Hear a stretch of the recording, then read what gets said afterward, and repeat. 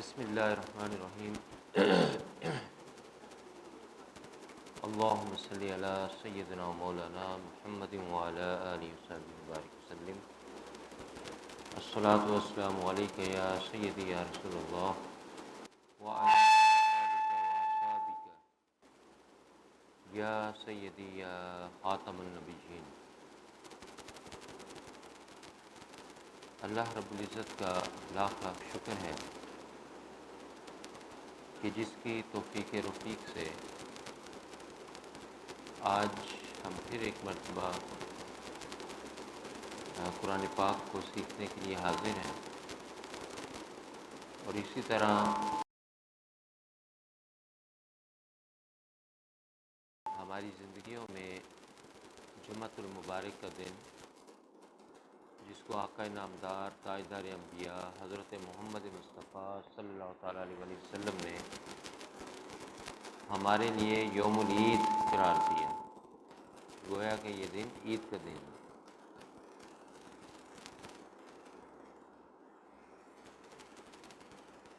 ہر نبی کی امت میں ایک دن ایسا ہوتا تھا جس کو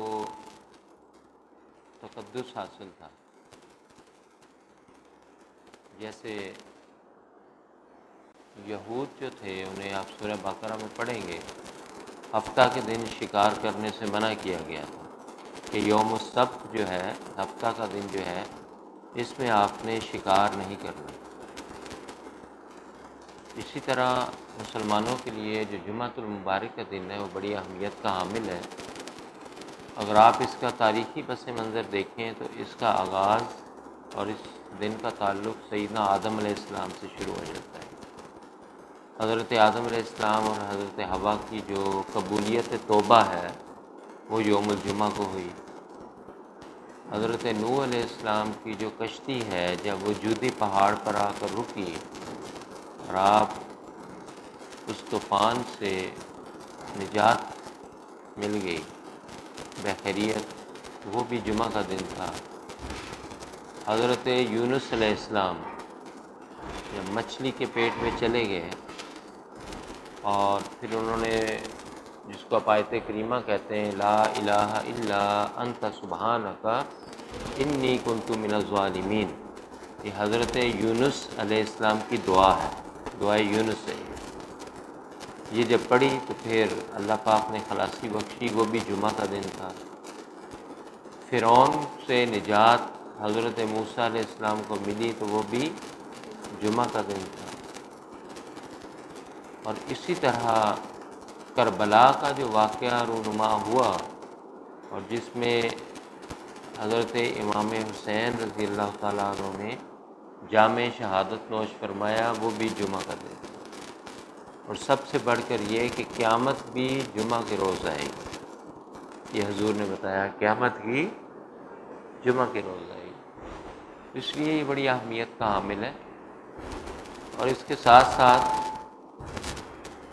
جمعہ رات کی جو رات ہوتی ہے وہ بیسیکلی تو جمعۃ المبارک کی رات ہے نا، تو جمعۃ المبارک کی رات اور جمعۃ المبارک کا دن، اور پھر جمعۃ المبارک کے دن میں بالخصوص عصر سے لے کر مغرب تک کا جو وقت ہے یہ فضیلت کے اعتبار سے سب سے اعلیٰ ہے، اور قبولیت دعا اور پھر اسی طرح استغفار اور درود پاک کا نذرانہ حضور علیہ السلام کی بارگاہ میں پیش کرنے کے یہ بہترین جو ہے نا وہ اوقات ہیں، ایک جمعہ کی رات اور اسی طرح جمعۃ المبارک کا دن، اور اس دن میں بالخصوص نماز عصر سے لے کر نماز مغرب تک۔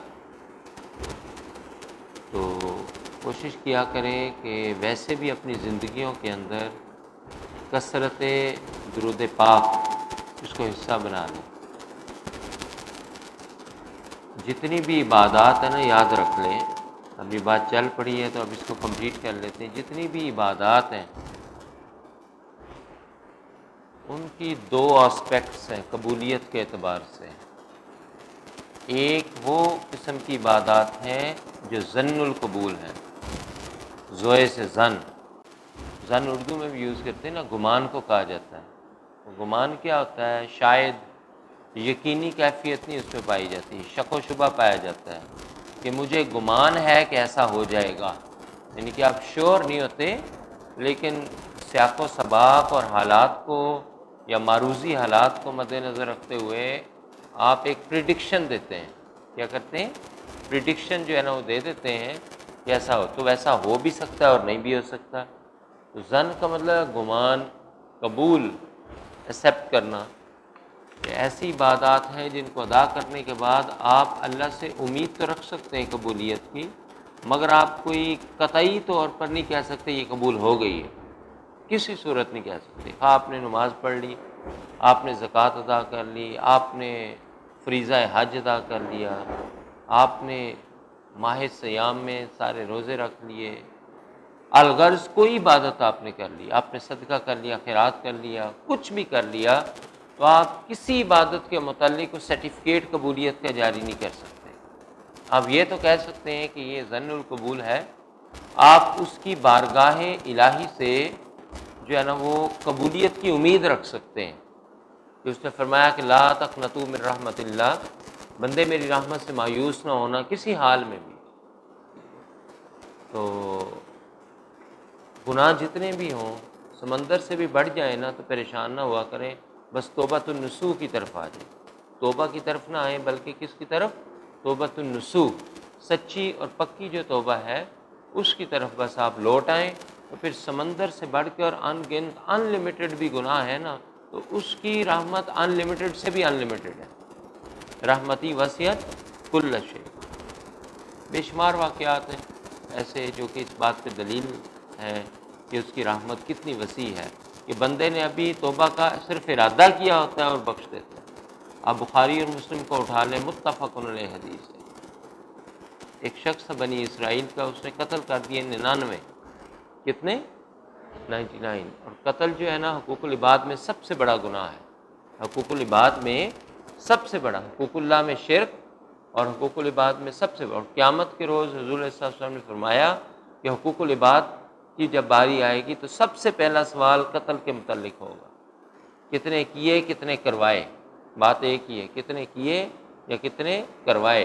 سہولت کار جو ہوتا ہے وہ برابر کا حصہ دار ہوتا ہے، بلکہ وہ زیادہ حصہ دار ہوتا ہے، اس کے حکم پر، اس کی ایما پر اور اس کی مرضی اور رضا پر ہر کام جو ہے نا وہ ہو رہا ہوتا ہے۔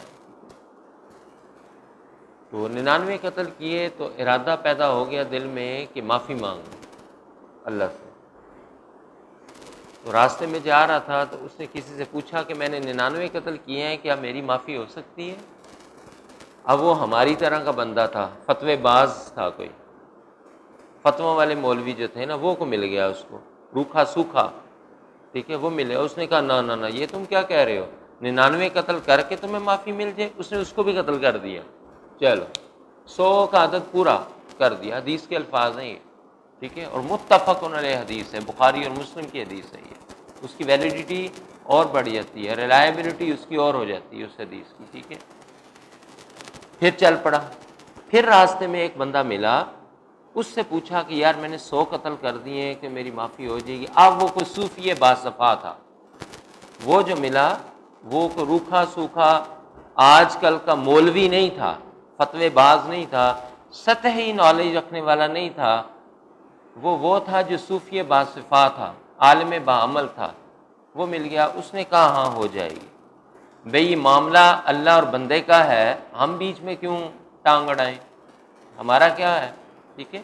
اس نے کہا ہو جائے گی، اور اس نے یہ نہیں کہا کہ تم توبہ کر کے توبہ کرو، 2 نفل ادا کرو توبہ کے، حدیث میں کہیں نہیں، اس نے اشارہ کیا کہ وہ فلاں بستی ہے، ان بستی والوں کی سنگت اختیار کر لو، جا کے وہاں چلے جاؤ، فلاں بستی ہے وہاں جو ہے نا چلے جاؤ۔ وہ شخص چل پڑا بستی کی طرف، اس کی راستے میں موت واقع ہوگی۔ کیا اس نے توبہ کر لی تھی؟ بولیے، ابھی تو ارادہ کیا نا اس نے، انما الاعمال بالنیات، actions are judged by intentions, اللہ آپ کی انٹینشنز کو دیکھتا ہے، اور آپ کے ایکشنز کو نہیں دیکھتا، ٹھیک ہے، جیسی انٹینشن ہوگی ویسا ایکشن ہوگا۔ پھر ایکشن کی قبولیت جو ہے نا سارے کی ساری اس کا دار و مدار کس پر ہے؟ آپ کی نیات پر ہے، نیتوں پر ہے، جیسی نیت ہے ویسا عمل ہوتا ہے، ٹھیک ہے۔ تو اب تو اس کی نیت بن چکی تھی. اب جب عین وہ مر گیا، فوت ہو گیا، حدیث کے الفاظ ہیں جنت کے فرشتے بھی آ جاتے ہیں، دوزخ والے بھی آ جاتے ہیں، ان میں آپس میں ایک مکالمہ چلتا ہے بڑا خوبصورت، جنت اور دوزخ کے فرشتوں کے مابین مکالمہ کیا چلتا ہے. جنت والے کہتے ہیں کہ ہم اسے لے کے جائیں گے، دوزخ والے کہتے ہیں بھئی کیوں، یہ تو 100 کا قاتل ہے. جنت والے کہتے ہیں کہ مانا کہ 100 کا قاتل ہے لیکن یہ تائب ہو چکا تھا، اس کی نیت جو ہے نا توبہ کی ہو چکی تھی. وہ کہتے ہیں نیت تو ہوئی تھی، ابھی عمل تو نہیں نہ کیا تھا. خیر یہ مکالمہ چل رہا ہے، تکرار چل رہی ہے، اور اللہ رب العزت اوپر سے سارا مشاہدہ فرما رہا ہے. ٹھیک ہے، اب فیصلہ یہ ہوا، ٹھیک ہے، کہ زمین کی میجرمنٹ کر لی جائے. جہاں یہ بندہ فوت ہوا ہے یہاں سے لے کر جہاں تک بستی ہے اس کی میجرمنٹ کر لی جائے، اور جہاں سے یہ چلا تھا وہاں سے لے کر اس کی، وہاں سے جو انیشل اس کی جو ویلاسٹی ہے، انیشل جو پلیس ہے، وہاں سے لے کر یہاں کے مڈ پوائنٹ تک جہاں پر وہ فوت ہوا ہے. ٹھیک ہے، اور حدیث کے الفاظ ہیں وہ عین وسط میں فوت ہوا تھا، مڈ میں. اگر 2 کلومیٹر یہاں تک ہے تو یہاں بھی 2 کلومیٹر رہتا تھا. ٹھیک ہے، وسط کے اندر وہ فوت ہوا، اس کی موت جو ہے نا واقع ہو گئی. تو اللہ پاک نے کہا کہ بھئی ایسا ہے کہ تم میجرمنٹ کر لو، جھگڑے میں پڑنے کی کیا ضرورت ہے. اب وہ میجرمنٹ ہوگی، جب تک میجرمنٹ کرنی تھی اس کی رحمت جوش میں آ گئی، اس کی رحمت جوش میں آ گئی، اور اس نے اس سائڈ والی زمین جہاں وہ فوت ہوا تھا اور بستی تک کا جو راستہ تھا اس کو حکم دے دیا اے زمین تو سکڑ جا، اور ادھر والی کو حکم دے دیا تو پھیل جا. کیونکہ جب وہ بخشش پہ آتا ہے تو پھر بہانے خود وہ تلاش کرتا ہے کہ بخش دیا جائے. اب میجرمنٹ کر لی گئی تو ادھر والی زمین جو ہے نا وہ کم فاصلہ تھا، ادھر والی زیادہ تھا. فیصلہ ہو گیا کہ جنت والے اس کو جنت میں لے جائیں. اب آپ اندازہ لگا لیں 100 کا قاتل ہے، ٹھیک ہے، توبہ نہیں ابھی کی اور وہ بخشا گیا، بستی میں پہنچا بھی نہیں ہے. اب اس میں یہاں ایک نقطہ عقیدے کا بھی نکلتا ہے، سن لیں. یہ نہیں کہا کہ تم 2 نفل پڑھ لو اور توبہ کر لو، ہونا تو ہمارے جیسا ہوتا تو کہتا ہے کہ یار ٹھیک ہے 2 نفل توبہ کے پڑھو اور اس کی بارگاہ میں آنسو بہاؤ اور چلے جاؤ. وہ کہا کہ وَكُونُوا مَعَ الصَّادِقِينَ، سچوں کے ساتھ ہو جاؤ. وہاں پر کچھ سچے اور مخلص لوگ ہیں، اور وہ نبی نہیں تھے، یاد رکھ لیں، وہ اولیاء تھے بنی اسرائیل کے، وہ سارے کے سارے صلحاء تھے بنی اسرائیل کے. تو اس طرف بھیجا. تو اس کا مطلب یہ ہے، نقطہ یہ ملا کہ اچھے جو سنگ ہوتے ہیں، اچھے سنگ ہوتے ہیں. اب یہاں سے ایک بات یاد آ رہی، ایک بندہ جو ہے نا سنگترے بیچ رہا تھا، آواز لگا رہا تھا اچھے سنگترے. سنگترے سمجھتے ہیں نا آپ، سادہ لفظوں میں اورنج کو سمجھ لیں. ٹھیک ہے، اورنج، ٹھیک ہے، اسی کی ایک ٹائپ ہوتی ہے سنگترا. ٹھیک ہے، اچھے سنگترے. پاس سے ایک درویش اور فقیر گزرا، وہ سن کے بے ہوش ہو گیا. جب اسے ہوش میں آیا تو کسی نے کہا کہ تمہیں کیا ہو گیا ہے؟ وہ تو اپنے سنگترے بیچ رہا ہے. اس نے کہا ہاں ہاں، وہ بیچ تو اپنے سنگترے رہا ہے، لیکن وہ پیغام یہ دے رہا ہے کہ اچھے سنگ ترے، اچھے سنگ ترے. جن کی سنگتیں اچھی ہیں، جن کی صحبتیں اچھی ہیں، وہ تر جاتے ہیں. تو آج بھی یہ حدیث پاک یہ لیسن دے رہی ہے. اب نبی نہیں ہے یہاں پر، ٹھیک ہے، مگر وہ لوگ موجود ہیں جو صلحائے امت محمدیہ میں سے ہیں، جو اولیاء امت محمدیہ میں سے ہیں. ان کی سنگت اختیار کر لی جائے تو آج بھی جو ہے نا وہ انسان تر سکتا ہے. تو آپ بھی ایسے لوگوں کی، ایسی کمیونٹی کی اور ایسی صحبت جو ہے نا وہ اختیار کریں جس سے تر جائیں. ٹھیک، آج تشریف لائیں. آئے ہوئے ہیں تو ابھی آئے ہیں، انہوں نے کہا میری طرف سے پیش کر. اچھا، یہ میرے شاگرد ہیں علامہ حافظ صابر کمال بٹو صاحب. سر انہوں نے مار کھائی تھی. ہاں بس جی، یہ آتے ہیں تو پھر تو ملاقات ہو جاتی ہے. ماشاء اللہ ٹھیک ہو گیا، صحیح ہے، ٹھیک ہو گیا. یہ ہمارا زاہدہ یہ ٹائم جو ہے بالکل اینڈ پہ یہ مختص کریں. اچھا، جو ہی آئیں تو ان کو ٹائم دے دیا جائے گا، ظاہر ہے. ہاں ٹھیک ہے، چلیں جو ہی آئیں گے نا اسی وقت ٹائم دے دیا جائے گا. ٹھیک ہے، یہ ہماری بہت بڑی خوش قسمتی ہے کہ تحریک منہاج القرآن، اس کا تعارف آخری 10 دنوں میں سٹارٹ کروں گا، ٹھیک ہے۔ یہ ایک انٹرنیشنل لیول کی تحریک ہے، اور اس کے جو سینٹرل جو وائس ناظم دعوت ہیں، مرکزی نائب ناظم دعوت تحریک منہاج القرآن لاہور کے، وہ تشریف لا رہے ہیں محترم المقام جناب علامہ حافظ صابر کمال وٹو صاحب، کمال کے خطیب ہیں، کمال کے خطیب ہیں، ٹھیک ہے۔ میرے یونیورسٹی فیلو بھی ہیں، اور وہ نعت اور تلاوت کی تھوڑی پریکٹس بھی کروائیں گے، پلس 15 منٹ کی گفتگو فرمائیں گے۔ ان کا ٹائم چونکہ قیمتی ہوتا ہے، مرکزی جو لوگ ہوتے ہیں ہمارے سر کا تاج ہوتے ہیں، ٹھیک ہے۔ تو جو ہی وہ آئیں گے تو پھر میں اپنی نشست جو ہے نا ان کو دے دوں گا، تاکہ وہ اپنا ٹائم لیں، اور اس کے بعد ہم بات کو کمپلیٹ کر لیں گے، ٹھیک ہے۔ چلیں ٹھیک ہے جی، اس میں کچھ چیزیں ایڈ کر لوں گا، شاگرد رشید کا ورڈ ایڈ کر لیں گے، ٹھیک ہے۔ اچھا، تو میں بات یہ کر رہا تھا کہ سنگتیں جو ہے نا، وہ صحبتیں جو ہے نا، وہ اچھی اختیار کریں۔ اے مین از نون بائی ہز کمپنی، انسان اپنی صحبت سے جو ہے نا وہ پہچانا جاتا ہے۔ تو بات چلی تھی درود پاک سے، تو وہیں پر ہم واپس آتے ہیں۔ تو درود و سلام وہ ایک واحد عبادت ہے جو قطعی القبول ہے، باقی ساری عبادتیں ظن القبول ہیں، یہ واحد عبادت ہے جو قطعی القبول ہے۔ قطعی کہتے ہیں ہر صورت میں، جو ہر حال میں قبول ہوتی ہے۔ بخاری شریف کی حدیث ہے، آقا علیہ السلام نے فرمایا کہ جو شخص حالت شراب میں بھی ہو، جب اس کو اپنی ہوش ہی باقی نہیں رہتی، اسے اچھے اور برے کی، حلال اور حرام کی تمیز جو ہے نا باقی نہیں رہتی، اگر وہ بھی اس حال میں نشے میں دھت مجھ پر جو ہے نا وہ درود پاک جو ہے نا پڑھتا ہے، درود و اسلام کا نذرانہ پیش کرتا ہے، اس کا بھی درود پاک قبول ہے۔ پھر حضور علیہ السلام نے فرمایا کہ ہر جمعرات کی رات کو، یعنی شب جمعہ کو، مجھ پر میری امت کا اعمال نامے جو ہے نا وہ پیش کیے جاتے ہیں، پوری امت کے۔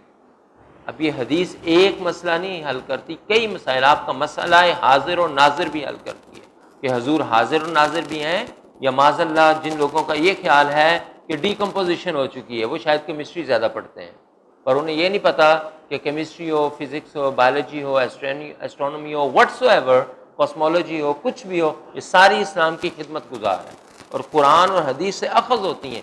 ایک ایک علم جو ہے نا اخذ کیا جا سکتا ہے، ایک ایک علم پر غوطہ زن ہونا پڑتا ہے، آپ کے رونگٹے کھڑے ہو جاتے ہیں۔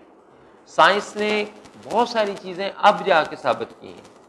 آپ کی ہڈیوں کی تعداد جسم کی جو ہے نا، آپ بایو کے اندر پڑھتے ہیں، ٹھیک ہے، کتنی ہے، ٹھیک ہے، یہ اب جا کے جو ہے نا وہ 2-3 سال پہلے جو ہے نا یہ فائنل جو ہے نا حتمی شکل اختیار کی ہے، صرف 2-3 سال پہلے کی بات ہے۔ اس سے پہلے کبھی کوئی تعداد آ رہی تھی، کبھی کوئی آ رہی تھی، کبھی، اب فائنل جو ریسرچ آئی ہے وہ یہ آئی ہے۔ اور اٹھا لیں مسلم شریف کو، حضور علیہ السلام نے ہڈیوں کی تعداد، مسلم شریف کی حدیث ہے، آج سے 1400 سال پہلے آقا علیہ السلام نے بطور بایولوجسٹ یہ پروف کیا، ٹھیک ہے، اور ہڈیوں کی تعداد آپ کو بتا کر گئے۔ اسلام نے آج اس وقت بتا دی، اور جدید سائنس اس کو 200-300-250 سال پہلے کی بات ہے، اس کو اس فگر پہ اب پہنچی۔ یہ صرف ایک مثال کوٹ کی ہے، ہزار ہاں ایسی، آپ ایمبریولوجی کو اٹھا کے دیکھ لیں، ٹھیک ہے، ساری ایمبریولوجی جو ہے نا حضور علیہ السلام نے اور قرآن میں جو ہے نا بیان کر دی ہے۔ یہ بڑا دقیق ٹاپک ہے ایمبریولوجی، ہر چیز، تو ضرورت اس چیز کی ہے کہ اس کو پڑھا جائے۔ تو درود پاک جو ہے نا قطعی القبول عبادت ہے۔ پھر اسی طرح جب دعا آپ مانگتے ہیں نا، یہاں بھی دعا مانگتے ہیں، اکثر میرے ذہن میں آتا ہے، پھر یاد نہیں رہتا، تو آج چونکہ بات شروع ہوگی، یوم الجمعہ سے درود پاک تک ہم گئے، تو حضور علیہ السلام نے فرمایا کہ جس دعا کے شروع میں اور آخر میں مجھ پر درود پاک نہ پڑھا جائے، وہ دعا آسمانوں اور زمین کے درمیان معلق رہتی ہے، لٹکی رہتی ہے، یعنی اوپر نہیں پہنچتی۔ تو دعاؤں کو اوپر پہنچانے کے لیے یہ کیا ہے، یہ ایک انجن کا کام جو ہے نا وہ پرووائڈ کرتا ہے درود پاک۔ ابی بن کعب رضی اللہ تعالیٰ عنہ صحابی رسول بھی ہیں اور کاتب وحی بھی ہیں، بے شمار احادیث کے راوی ہیں۔ وہ فرماتے ہیں کہ حضور علیہ السلام نے ایک دفعہ مجھ سے پوچھا، کیا ابی مجھ پر کتنی دفعہ درود پاک، دعا میں کتنا درود پاک پڑھتے ہو؟ تو آپ نے فرمایا کہ یا رسول اللہ عرض کیا کہ یا رسول اللہ فدا کا امی و ابی، یا رسول اللہ میں جب دعا مانگتا ہوں تو ایک حصہ آپ پر درود پاک پڑھتا ہوں اور 3 حصے میں اپنی دعائیں مانگتا ہوں۔ حضور نے فرمایا کہ ابئی اس کو بڑھا لو، اس کو بڑھا لو۔ آپ کہتے ہیں کہ پھر حضور علیہ السلام نے پوچھا کہ اے ابئی اب کتنا پڑھتے ہو؟ تو کہا کہ یا رسول اللہ اب میں نصف حصہ دعا میں آپ کی ذات پر درود پاک پڑھتا ہوں اور نصف حصہ اپنے لیے دعا مانگتا ہوں۔ حضور نے فرمایا اور بڑھا لو۔ پھر ملے، پھر پوچھا، کہا کہ یا رسول اللہ 3 حصے ثلاثہ جو ہے وہ میں آپ کی ذات پر درود پاک پڑھتا ہوں اور ایک حصہ اپنے لیے دعا کرتا ہوں۔ قربان جائیں آقا علیہ السلام پر حضور نے فرمایا ابئی اس کو اور بڑھا لو۔ پھر پوچھے ابئی اب کتنا پڑھتے ہو؟ کہا کہ یا رسول اللہ اب میں پوری دعا میں فقط آپ پر ہی درود پاک پڑھتا ہوں، پوری دعا میں آپ پر ہی درود پاک پڑھتا ہوں۔ حضور نے فرمایا کہ بہت اچھا۔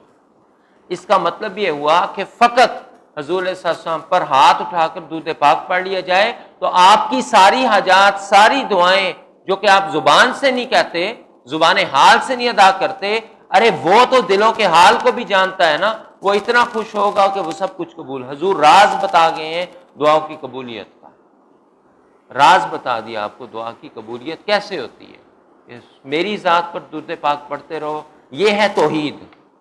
آج توحید کی رٹ لگاتے ہیں کہ نہیں نہیں نہیں نہیں، توحید تو صرف اللہ اللہ کرنے کا نام ہے۔ اگر اللہ اللہ کرنے کا نام ہوتا، جس کے سامنے تم ہاتھ اٹھا رہے ہو تو حضور فرماتے ہیں کہ نہیں، 3 حصے جو ہے نا وہ چونکہ بڑا ہے مجھ سے اللہ، تو 3 حصے اس کی حمد اور ثنا بیان کرو اور ایک حصہ جو ہے نا میری تعریف و توصیف بیان کر دو۔